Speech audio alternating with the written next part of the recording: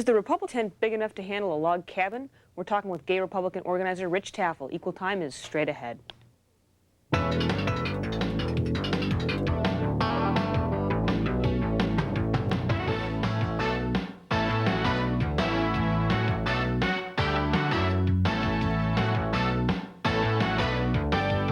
Direct from the CNBC studio in Washington, D.C., this is Equal Time with Mary Madeline and Dee Dee Myers. We're back. Actually, you're going to see us for the second night, what's going to appear to you as second night, but we've just seen each other for the first time this week. It's so hard to go so long without seeing you. You know, my husband doesn't even say that to me. We have a better romantic relationship. Exactly.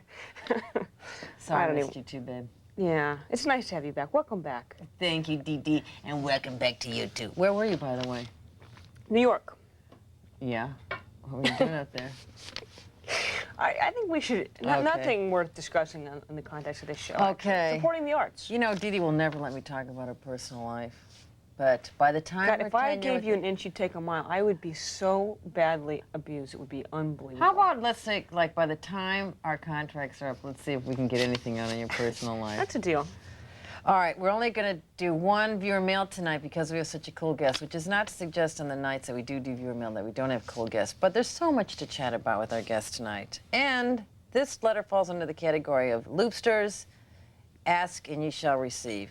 Dear Dudu and Dee Dee, no, dear Mary and Dee Dee, you can call me Dudu. I absolutely love your show and never miss an episode. Get a life, buddy. Just kidding. I was thinking during last night's show that a good guest for your show would be a spokesperson from the Log Cabin Republicans to discuss their viewpoint and the Dole contribution controversy. I don't think the media has covered the Log Cabin's opinions. As a Republican who is gay, I'd find this interesting. David Potter, Fort Lauderdale, Florida.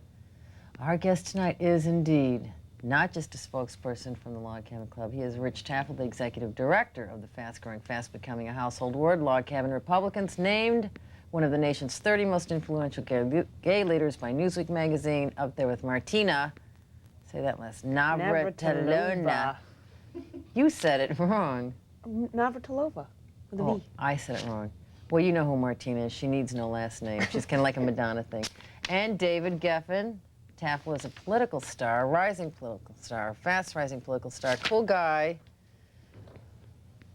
It's a stretch from being a Harvard-educated ordained minister to being the executive director of the Gay Republicans Log Cabin Club.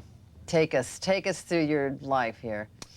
Yes, I'm a graduate of Harvard Divinity, and I'm ordained in the American Baptist Church, and now I'm doing gay politics. So it at first seems very strange, but really, my religious background is really the undergirding for my politics. It's because of my religious background, you know, you believe in change and you want to see things different, and it's what really activated me to get involved in politics in the first place, because politics is where change takes place. And if you Did you always want to go to divinity school? Were you always interested in sort of the pursuit of theological questions? Yeah, I was one of those kids that, you know, in junior high was saying, you know, how many days was Jesus on the earth after he came back, you know, and the minister sort of rolled his eyes and had to look it up. And so I was asking those kind of questions and memorized all the books of the Bible, you know, by 8th grade and all that kind of stuff. So I was always interested in religion, always wanted to go into religion. What did you study as an undergrad? Philosophy. Philosophy. Now, what do you think what is the Bible, in your view, does it speak to homosexuality? I mean, I'm sure that's something that you've looked into. And so, I mean, there's obviously a wide variety of opinion, but how do you think the Bible deals with the issue of homosexuality? The Bible, there's a couple passages in there that talk about certain cities that the Apostle Paul is talking about. There's some stories in Leviticus, but which are not positive. But there's a lot of stuff in there. Really, I think what people do is they start with a prejudice and they go to the Bible to back it up. And that's been used for Christians against Jews, and they said they killed Christ. It was used not to give women the right to vote in this country. They point to a passage that women should be silent. I'm Catholic. It's one of the reasons Catholics can't be priests. It was used in this country on the slavery issue. Slaves obey your masters was used from the Scripture. So Scripture taken out of context and focused on it intensely can certainly act like that's an agenda from God. Jesus never talks about homosexuality, for example. He talks about divorce, and that's something that a lot of fundamentalist Christians don't like to talk about because it's something they actually have to deal with.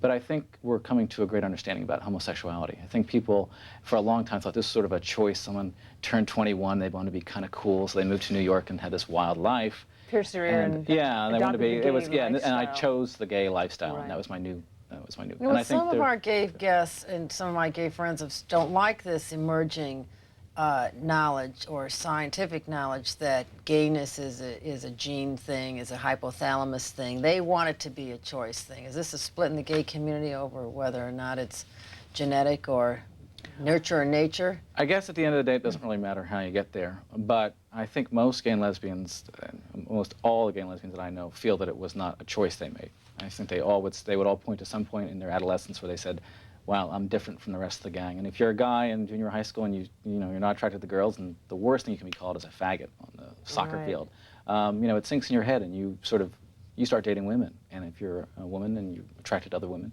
you try to pretend like you're not. That's When generally did the you know case. you were gay? Oh, I think back at the same time, adolescence. I remember those things and desperately reading about it and going to the library and reading the book that nobody signed out, that every gay kid picks out of the book, but no one signs out because no one wants to know. And Right. it's been thumbed through many times. And you would read that it was a phase, so everybody hoped and prayed it was a phase. And I think that's pretty common. So I think I was in that boat, hoping that this was something that would pass. Were you always conservative politically? I mean, your parents political? My parents are pretty much moderate Republicans, straight. I mean, they're almost a focus group for where America is. I look at them, I look at polling, they're almost always right there.